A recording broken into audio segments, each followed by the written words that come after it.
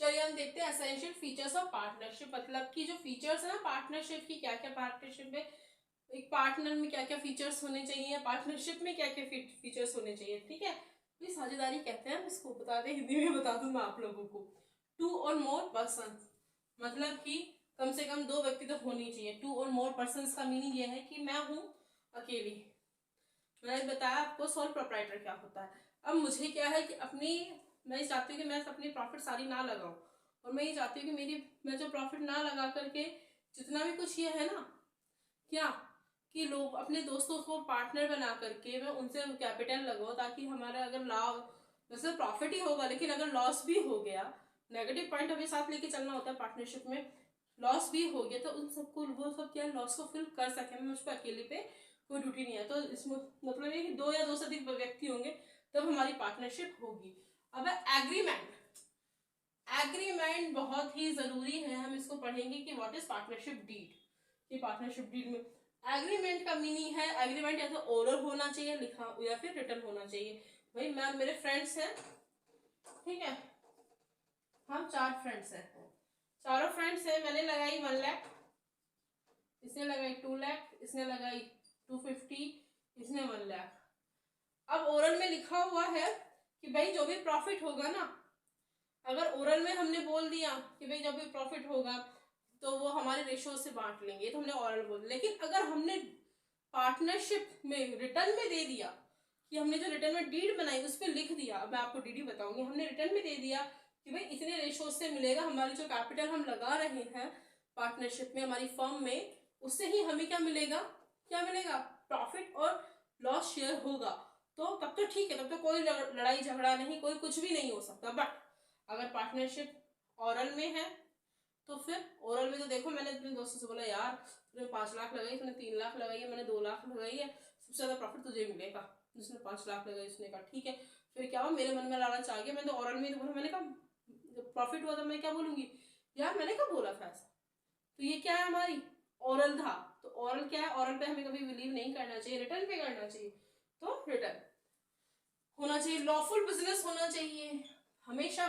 Firm का business कैसा होना चाहिए, लॉफुल, कानून की राय में existence of business and profit motive, यानी कि बिजनेस में क्या होना चाहिए, एग्जिस्टेंस होना चाहिए, और मोटिव क्या होना चाहिए, हमारी फर्म का प्रॉफिट कमाना। प्रॉफिट क्योंकि हम कुछ भी काम करते हैं वो प्रॉफिट के बिना तो नहीं करते ना। भाई मैं भी आप लोगों को पढ़ा रही हूँ तो मुझे भी कुछ ना कुछ मिल रहा होगा, मुझे क्या मिलेगा, हाँ आप लोगों को मैम आपको तो हम फी मिलेगी, कुछ और मिलेगा, अरे मुझे फी तो मिलेगी लेकिन मुझे क्या मिलेगा, आप लोगों को जो मैं पास करवाऊंगी, आप लोगों की अच्छी परसेंटेज बनवाऊंगी, उसका भी तो थोड़ा बहुत, ज्यादा नहीं, थोड़ा बहुत अप्रिशिएशन मुझे भी तो मिलेगा ना। तो बस ये सब चीजें हैं कि प्रॉफिट मोटिव होना चाहिए। जब तक हम मोटिवेट नहीं होंगे तब तक हम किसी काम को नहीं कर सकते। तो प्रॉफिट कैसा होना चाहिए, मोटिव होना चाहिए। शेयरिंग ऑफ प्रॉफिट, जो शेयरिंग ऑफ प्रॉफिट, भाई हम प्रॉफिट होगा हम उसको शेयर करेंगे, ये नहीं कह सकते कि लॉस होगा तो ही शेयर करेंगे, नो, प्रॉफिट को शेयर करना होगा सभी पार्टनर्स में, ठीक है, भले ही उनके रेशो में हो या इक्वल हो। प्रिंसिपल एंड एजेंट रिलेशनशिप, देखो पार्टनर्स और फर्म का एक रिलेशन होता है प्रिंसिपल एंड एजेंट का, क्योंकि कहाँ काम करते हैं पार्टनर्स, कहाँ काम करते हैं, फर्म में काम करते हैं, एक दूसरे के प्रति काम करते हैं। तो पार्टनर्स का एक दूसरे के प्रति कैसा होना चाहिए रिलेशन, प्रिंसिपल एंड एजेंट का। फिर है नो सेपरेट एक्सिडेंस, कोई सेपरेट एक्सिडेंस नहीं है, मतलब कि लीगल पॉइंट ऑफ व्यू इसलिए लिखा है कानूनी तरीके से वैध होना चाहिए। कोई भी मैं ये नहीं कह सकती यार मुझे इतना परसेंटेज मिलेगा, है ना, मैं अपना सेपरेट उसमें लिखवा देती हूँ कि मुझे इतना परसेंटेज ये मिलेगा, मैं ये कर सकती हूँ फर्म में, मुझे ना ऐसे देखने की जानकारी हो, ऐसे अधिकार चाहिए। तो ये क्या है, कोई सेपरेट लीगल नहीं होना चाहिए, एक्सिडेंस नहीं होना चाहिए। Business can be carried on by all, business क्या है, सबके द्वारा और किसी एक के द्वारा, सबकी तरफ से चलाया जाना चाहिए। ये क्या है, हमारी फीचर्स है। तो क्या क्या फीचर्स है, 2 or more persons, agreement oral या return, lawful business, sharing of profit, principal and asset relationship, no separate existence. और ये बिजनेस का मीनिंग वही है भाई, डेफिनेशन कि बिजनेस क्या है, कैन बी कैरिड, यानी कि एक व्यक्ति के द्वारा, सभी व्यक्तियों के द्वारा या किसी एक व्यक्ति के द्वारा, सबकी तरफ से चलाया जाने वाला बिजनेस क्या है, क्या है, पार्टनरशिप। तो business can be carried on by all or any one of them all. इसको फटाफट नोट कर लीजिए, सॉरी नोट कीजिए, स्क्रीनशॉट ले लीजिए, कीजिए नोट।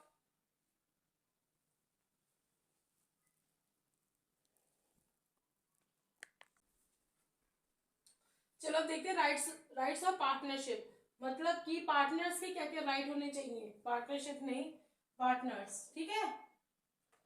तो देखो फर्स्ट राइट यानी कि मीनिंग है कि पार्टनर्स के पास कुछ राइट्स होते हैं जिनका उनको क्या यूज करना होता है।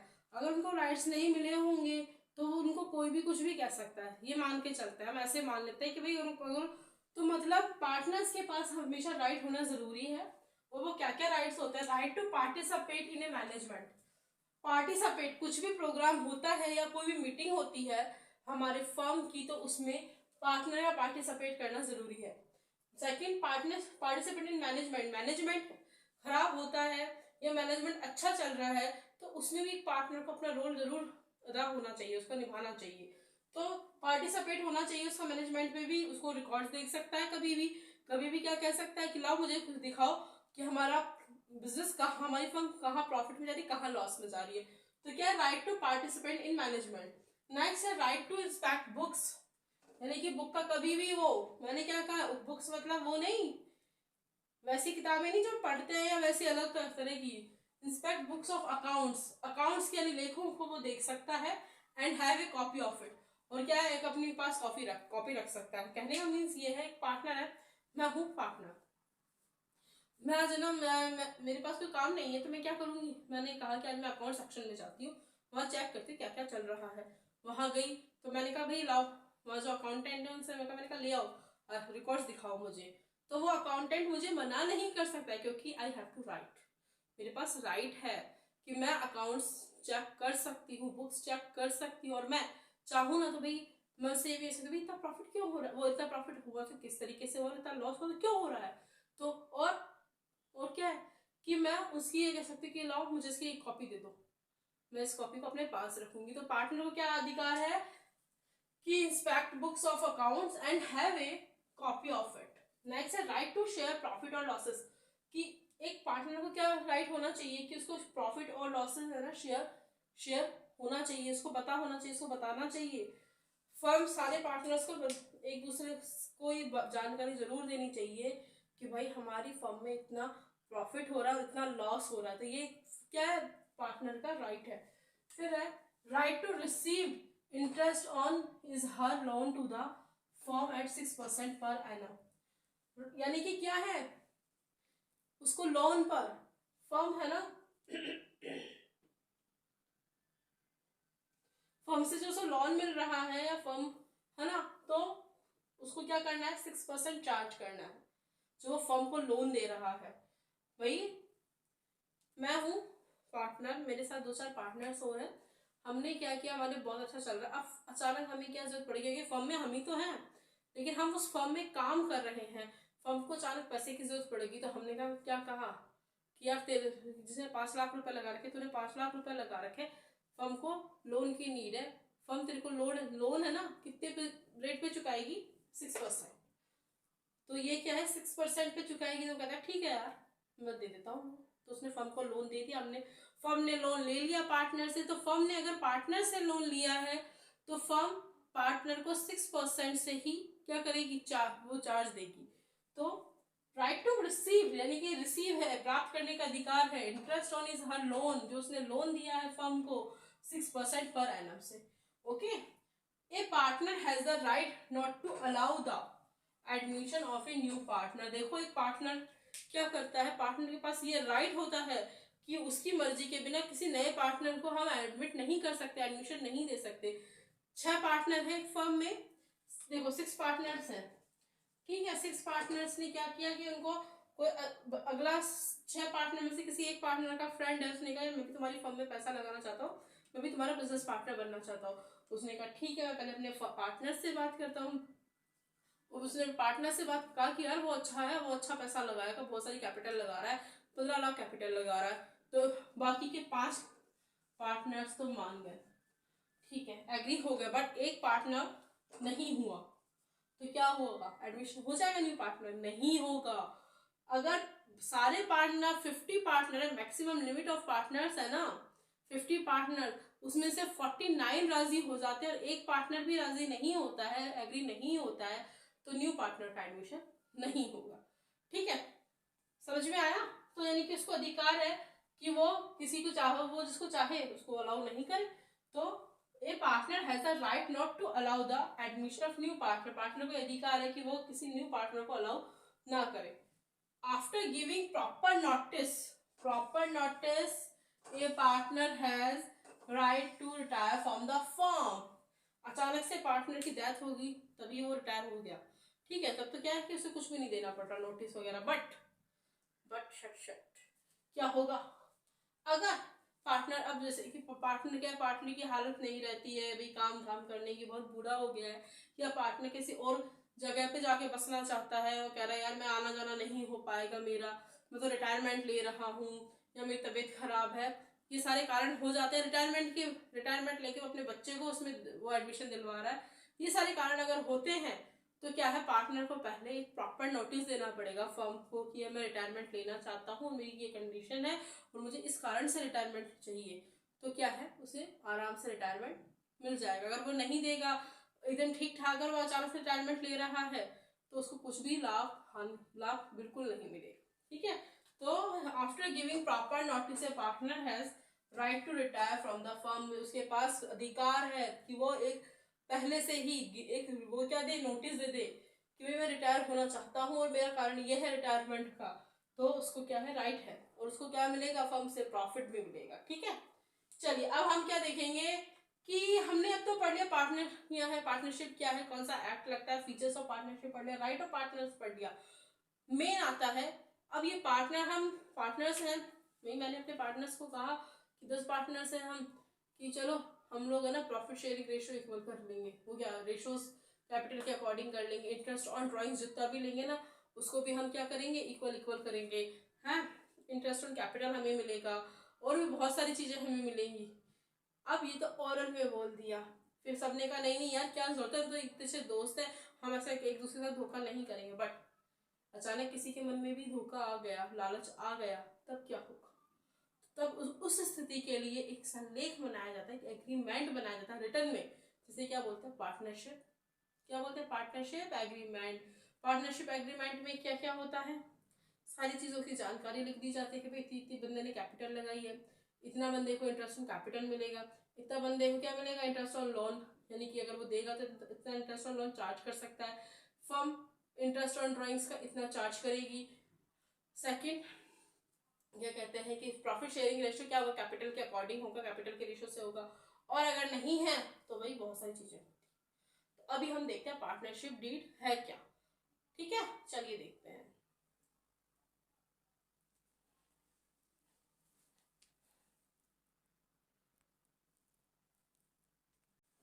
Hello friends, how you all, मैं हूं अंकिता और आज की क्लास हमारी है 12th क्लास के अकाउंट्स के स्टूडेंट्स के लिए। स्टूडेंट्स आप सभी जानते हैं हमारा एग्जाम बहुत पास है, नियर बाय है, हमारे पास मंथ भी बहुत कम बचे हैं। अक्टूबर का मंथ हमारा अब निकल चुका है, 10 डेज हमारे ऑलरेडी निकल गए हैं। अब हमारे पास कितने बचे हैं, नवंबर, दिसंबर एंड जैन। तो हमें जैन में तो रिविजन करना पड़ता है क्योंकि फेब में हमारा एग्जाम हो जाता है, और आपको ये एग्जाम की तैयारी इजी वे में और शॉर्ट नोट्स से, कि एक जगह ही सारे नोट्स मिल जाए, सारी चीजें एक जगह मिल जाए, तो उसके लिए हमने क्या किया, क्लासेस आपको अवेलेबल करवा रही है, रिकॉर्डिंग क्लासेस। और ये रिकॉर्डिंग क्लास आज उन बच्चों के लिए, ये सीबीएसई के इंग्लिश मीडियम वाले बच्चों के लिए जिन्हें क्या है प्रॉब्लम आती है कि मैम बहुत सारा लिखना है, बहुत सारा नहीं लिखना, एग्जाम में एग्जामिनर सिर्फ उसी चीजों को देखता है जो अथॉरिटी को, क्योंकि वो फालतू चीजें नहीं पढ़ता है। ठीक है, तो आज की हमारी क्लासेस स्टार्ट करते हैं। 12th क्लास स्टूडेंट्स, आप लोगों के पास अकाउंटेंसी में क्या है, अलग अलग राइटर्स की, जो डीके गोयल और डीके ग्रेवाल की जो चल रही हैं, उसमें 3 बुक्स हैं। फंडामेंटल ऑफ पार्टनरशिप, ठीक है, बुक कीपिंग, थर्ड है हमारी रेशोज। अब हमें क्या करना है, हमारी जो एनसीईआरटी की बुक है, मैंने आपको पहले ही बोला हुआ है कि एनसीईआरटी जितना हो सके एनसीईआरटी पे ध्यान दो, एनसीईआरटी पे ध्यान दो। तो हमें एनसीईआरटी की बुक्स ही पढ़नी है। तो एनसीईआरटी की बुक्स हमारे पास 2 है, फर्स्ट अकाउंट सेकेंड। ठीक है, तो अब हम उसमें अकाउंट फर्स्ट में क्या है, फंडामेंटल ऑफ पार्टनरशिप, उसमें कुछ बेसिक्स दिए हुए हैं क्यों पार्टनरशिप की हमें जरूरत पड़ी कि सॉरी पार्टनरशिप क्या है, पार्टनरशिप की क्या विशेषताएं हैं, पार्टनरशिप के पार्टनर्स के क्या राइट है, पार्टनर की डेफिनेशन क्या है, पार्टनरशिप में कौन सा एक्ट लगाया जाता है, ये सारी चीजें। फिर हम क्या पढ़ेंगे, वो एडमिशन ऑफ पार्टनर का, फिर पढ़ेंगे retirement of partner, death of partner, फिर पढ़ेंगे डिसोल्यूशन। मतलब हम इसमें 4 चैप्टर पढ़ेंगे और चारों चैप्टर एनसीईआरटी के बहुत मोस्ट है 12th क्लास के लिए। तो हमारी क्लास अब स्टार्ट करते हैं, वैसे स्टार्ट हो ही चुकी है। चलिए, फंडामेंटल ऑफ पार्टनरशिप हम बेसिक्स पढ़ेंगे आज कुछ, उसके बाद मैं आप लोगों को नेक्स्ट क्लास में वो अकाउंट्स बताऊंगी, अकाउंट्स भी बताऊंगी और आपको इंटरेस्ट ऑन ड्राइंग्स और इंटरेस्ट ऑन कैपिटल भी बताऊंगी, ठीक है। चलिए, ये हिंदी और इंग्लिश में बोलने का मेरा मेन रीजन ये है कि जो इंग्लिश मीडियम वाले बच्चे हैं ना, वो बेचारे क्या है, इंग्लिश में अगर मैं इंग्लिश में बोलूंगी ना तो वो नहीं, कुछ बच्चे नहीं समझ पाते, सब बच्चे नहीं बट कुछ बच्चे नहीं समझ पाते, तो हम दोनों लैंग्वेज को यूज करते हैं ना, ठीक है। चलिए, फंडामेंटल ऑफ पार्टनरशिप, पहले तो हम ये देखते हैं पार्टनरशिप की नीड आई क्यों हमें, कि पार्टनर्स की नीड। 11th क्लास में आप सबने सोल प्रोप्राइटर पढ़ा है ना, सोल प्रोप्राइटर का मीन होता है एकल स्वामी। भाई मैंने बिजनेस अपना स्टार्ट किया है ना, तो मैंने एक मॉल खोला, मैंने टेक्सटाइल का मॉल खोला है, वहां पे अब सारे डिसीजन मैं ही लूंगी, अब पूरी कैपिटल मैं ही लगाऊंगी, भाई कोई और तो लगाएगा नहीं। अगर लॉस हो जाता तो लॉस की भी भरपाई मैं ही करूंगी, लॉस की फिल मैं ही करूंगी, प्रॉफिट होता तो प्रॉफिट का भी क्या है, मैं ही वो करूंगी। प्रॉफिट में ही, अगर प्रॉफिट ना होकर के लॉस हो गया तो क्या होगा, है ना। जितनी भी चीजें हैं बनी कि क्या है, इंसान एक है, दायित्व यानी कि लाइबिलिटीज क्या अनलिमिटेड है, असेट्स भी हमारे पास कम है, संपत्तियां हमारे पास कम है, हमारे पास जो भी पूंजी बची हुई थी हमने सारा बिजनेस में लगा दिया, बिजनेस में क्या हुआ, लॉस हो गया। तो फिर उसने सोचा, एक आदमी ने सोचा, मैंने ही सोचा कि अब है ना मुझे पार्टनरशिप करनी चाहिए।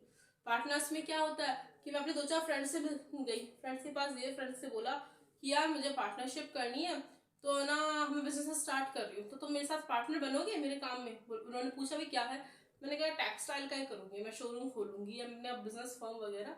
तो बोले हाँ हम इंटरेस्टेड है, 3 ने इंटरेस्ट दिखाया। मैंने कहा ठीक है, मैंने कहा इतनी कैपिटल हमें लगानी पड़ेगी।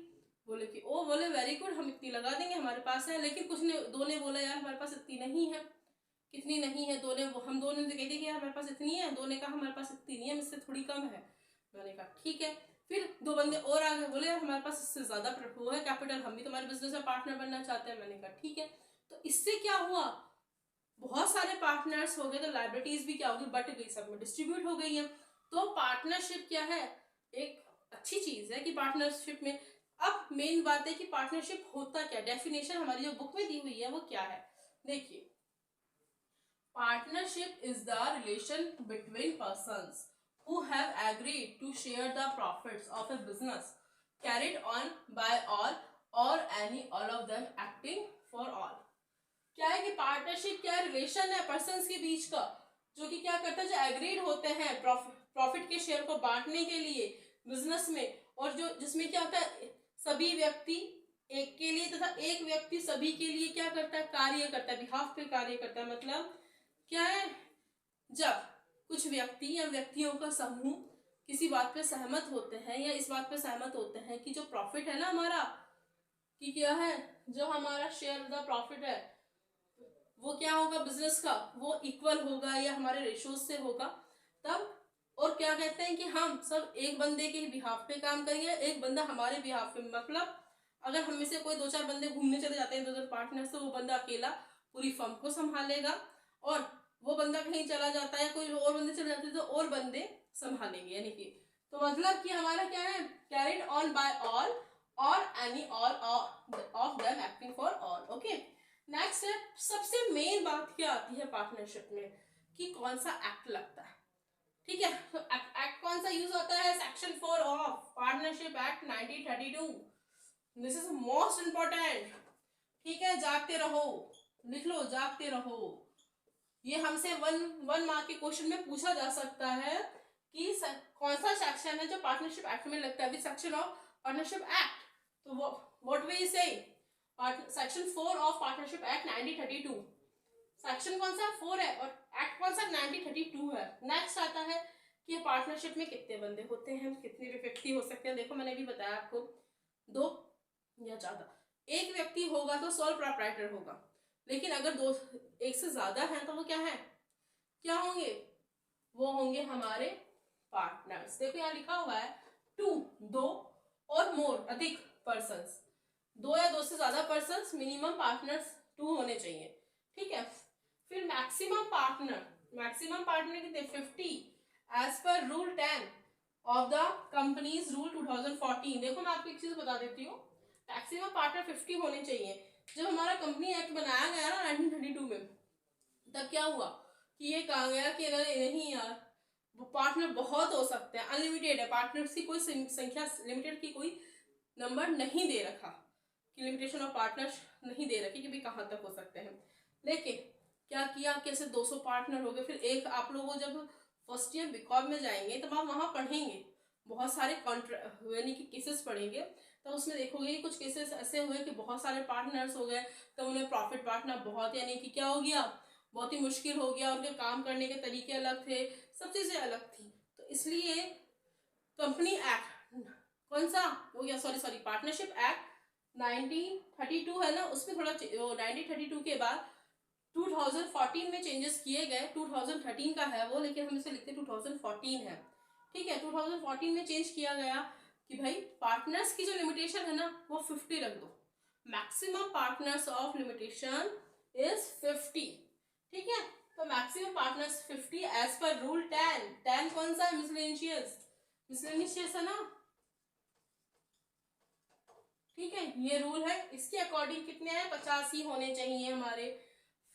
अब एसेंशियल कंडीशन ऑफ पार्टनरशिप की एसेंशियल कंडीशन क्या होती है, देखो किसी भी पार्टनरशिप की एसेंशियल कंडीशन या किसी भी चीज की कंडीशंस होती हैं, कुछ ना कुछ शर्तें होती है, तो उसकी कंडीशन क्या है, बिजनेस, व्यापार, प्रॉफिट, म्यूचुअल एजेंसी, यानी कि हमें बिजनेस करना है, उस पर हमें प्रॉफिट भी होना चाहिए, म्यूचुअल एजेंसी भी होनी चाहिए, that's it, that is essential condition of partnership. ये हमारे आ सकता है 1 मार्क के क्वेश्चन में, इसको भी जागते रहो, ठीक है, business plus profit plus mutual agency. अब देखो कि कैरेक्टरिस्टिक ऑफ पार्टनरशिप की विशेषताएं क्या होती हैं, पार्टनरशिप में क्या क्या हो सकता है, कौन बंदे हो सकते हैं, हम उसको देखते हैं, यानी एसेंशियल्स ऑफ पार्टनरशिप। चलिए देखते हैं,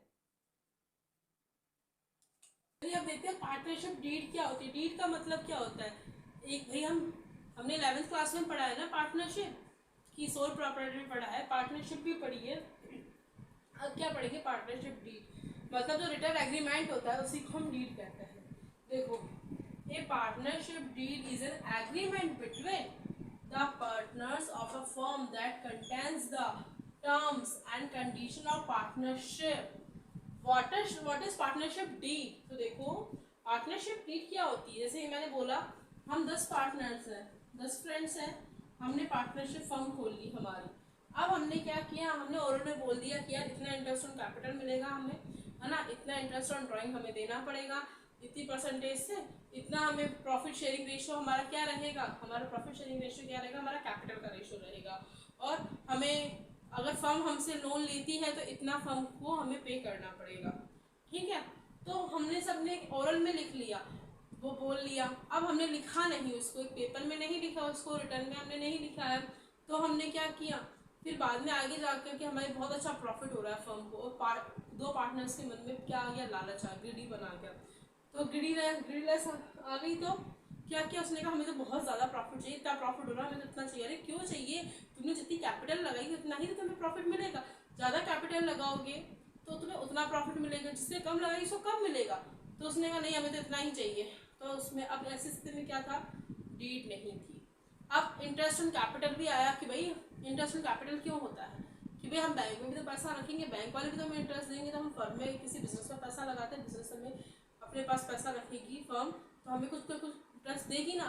तो अब इन सब चीज़ों का क्या हुआ, हमने लिख लिया, तब तो ठीक है, हमें वो सब अच्छी तरीके से हमारा फर्म बहुत अच्छा लॉन्ग टाइम रन करेगा, बट अगर ये सब नहीं है तब क्या होगा। तो देखो पार्टनरशिप डीड क्या होती है, partnership deed is an agreement, यानी एग्रीमेंट है बिटवीन, यानी कि बीच में पार्टनर्स के फर्म, जो फर्म के पार्टनर्स है ना उनके बीच में, इसमें क्या था, कंटेंस द टर्म्स, यानी कि टर्म्स लिखे होते हैं, कंडीशंस ऑफ पार्टनरशिप, यानी समझदारी की सारी शर्तें लिखी होती हैं, और ये क्या रिटर्न एग्रीमेंट होता है, ठीक है।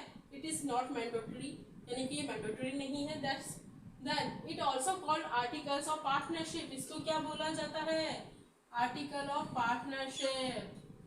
ये हमारे 1 मार्क के क्वेश्चन में आएगा, आ सकता है। तो जागते रहो, ठीक है। JR मतलब जागते रहो। It is not it also called articles of partnership, ठीक है। इसको हम पार्टनर आर्टिकल्स ऑफ पार्टनरशिप के नाम से भी जानते हैं। अब इसमें हमारे पार्टनरशिप जब हम बनाएंगे पार्टनरशिप डीड, तो उसमें क्या क्या आना चाहिए? देखो पार्टनरशिप बनाते हैं, कुछ भी स्कूल के लिए भी हम फॉर्म भरते हैं, तो स्कूल के लिए फॉर्म भरते तो क्या आता है? उसमें हमारा नाम आता है, पिताजी का नाम आता है ना, हमारे घर का यानी कि हमारा एड्रेस आता है, father name mother name address आता है, हमारा डेट ऑफ बर्थ आती है, और उसमें क्या आता है कि भाई हम एडमिशन लेने का हमारा क्या कारण है, हमें कितनी अच्छी स्कूल लग रही है, ये सारी चीज़ें आती है। तो ये क्या है? परफॉर्मा है। अब ऐसे ही पार्टनरशिप डीड होती है तो उसमें परफॉर्मा बनता है। तो उसमें क्या क्या आता है? देखो उसमें कुछ पॉइंट्स हैं जिनको फॉलो किया जाता है, इसमें पहले ही लिख दिया जाता है, ठीक है। इसमें ही सारी चीज़ें, अगर यहाँ ये चीज़ें नहीं लिखेंगे ना तो पार्टनर्स क्या करेंगे? चीट कर सकते हैं। तो देखो नेम एंड एड्रेस, पहले तो नेम होना चाहिए, address of the firms partner. प्रत्येक पार्टनर का क्या होना है? एवरी पार्टनर का नेम होना चाहिए डीड में, और क्या होना चाहिए?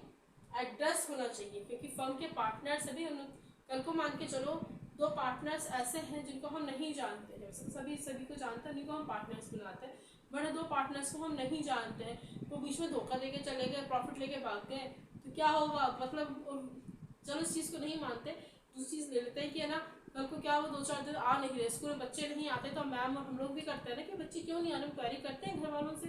एक दिन का तो ठीक है, लेकिन सेकंड डे का क्वेरी करते हैं, तो ऐसे 2-3 दिन नहीं आया, तो पूछ भी क्या चक्कर है उस पार्टनर का, शाम क्यों नहीं आ रहा है, कि शाम ना ही हमसे बात कर रहा है ना ही कुछ है। तो उसका हमें कोई एड्रेस तो होना चाहिए ना, तो वो सब क्या है? इसमें एड्रेस लिखा होना चाहिए। नेचर ऑफ बिजनेस कैपिटल, इसकी नेचर कैसी होनी चाहिए? बिजनेस और कैपिटल नेचर कैसे होनी चाहिए? प्रकृति, बिजनेस, व्यापार की और पूंजी। फिर है right and duties of partners, यानी पार्टनर्स के क्या अधिकार है और क्या कर्तव्य रहेंगे फर्म के प्रति। भाई पार्टनर क्या होना चाहिए? फर्म के प्रति लॉयल होना चाहिए, लॉयल तो होना ही चाहिए। सेकंड क्या है कि पार्टनर है ना, पार्टनर को फर्म की सारी ड्यूटीज पूरी करनी चाहिए, नहीं झाड़ू पटका। कभी कभी ऐसा भी होता है, बट नहीं, ये सब नहीं होता कि भाई मैनेजमेंट में भी उसे हिस्सा लेना है, सारी चीज़ें करनी है। इसको पार्टनर्स को फर्म के लिए क्या करना? ड्यूटीज निभानी। जैसे कि भाई प्रॉफिट है तो प्रॉफिट किस टाइप से हो सकता है, लॉस हो रहा है तो क्यों हो रहा है, हाँ ये कर सकता है पार्टनर की, अपने एडवर्टाइजमेंट कर सकता है कि भी दूसरे लोगों को बता सकता है कि हमारी वो फर्म है, वो ऐसे से ये काम करती है, तुम भी हमारी फर्म में काम करो, या तुम हमारी फर्म से ये बेनिफिशियल ले सकते हो। तो ये क्या है? पार्टनर्स को के राइट और ड्यूटीज उनको मेंशन होनी चाहिए इसमें पार्टनरशिप डीड में। नेचर ऑफ बिजनेस, अब देखो nature of business, capital contribution, ठीक है, प्रॉफिट शेयरिंग रेशियो, क्योंकि इसको हटा देते हैं अपन यहाँ से, ठीक है, इसको मत लिखना, अब इसको यहाँ पे डीपली। नेचर ऑफ बिजनेस यानी कि बिजनेस की क्या प्रकृति है, ये क्या नेचर है, कितना कैपिटल कंट्रीब्यूशन होना चाहिए, जिस बंदे ने जितने परसेंटेज से, जितने रेशो से पूंजी लगाई है, कैपिटल लगाई है हमारी फर्म में, उसी को तो कंट्रीब्यूट करेंगे उसी हिसाब से।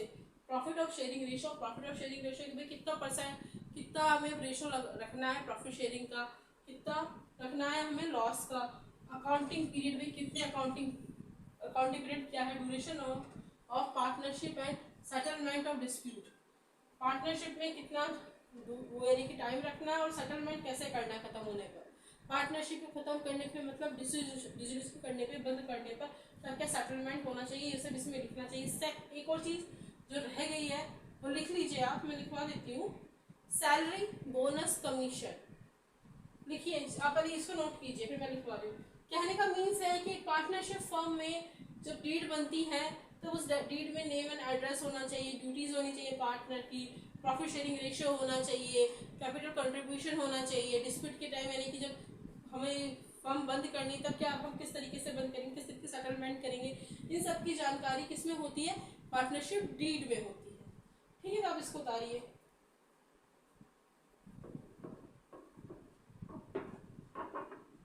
उतारिए।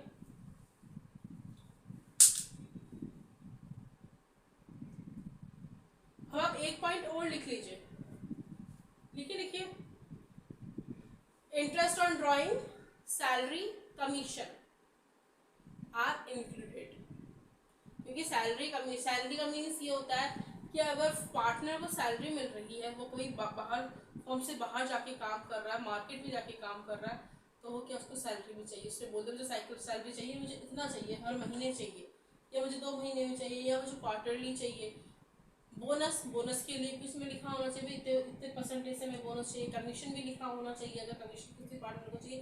तो इन सब की जानकारियाँ कहाँ होनी चाहिए? पार्टनरशिप डीड में। ठीक है, अब हम जो नेक्स्ट क्लास में पढ़ेंगे ना, वो क्या है? पार्टनरशिप डीड अगर साइलेंट हो तो क्या होगा। ठीक है, फिर पार्टनरशिप डीड साइलेंट होने पर क्या होता है, क्या नहीं होता है, नेक्स्ट हम पढ़ेंगे P&L एप्रोप्रिएशन अकाउंट, देन पढ़ेंगे interest on capital, interest on drawings, current account, capital account.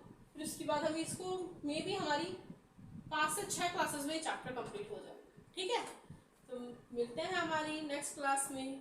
Okay, bye.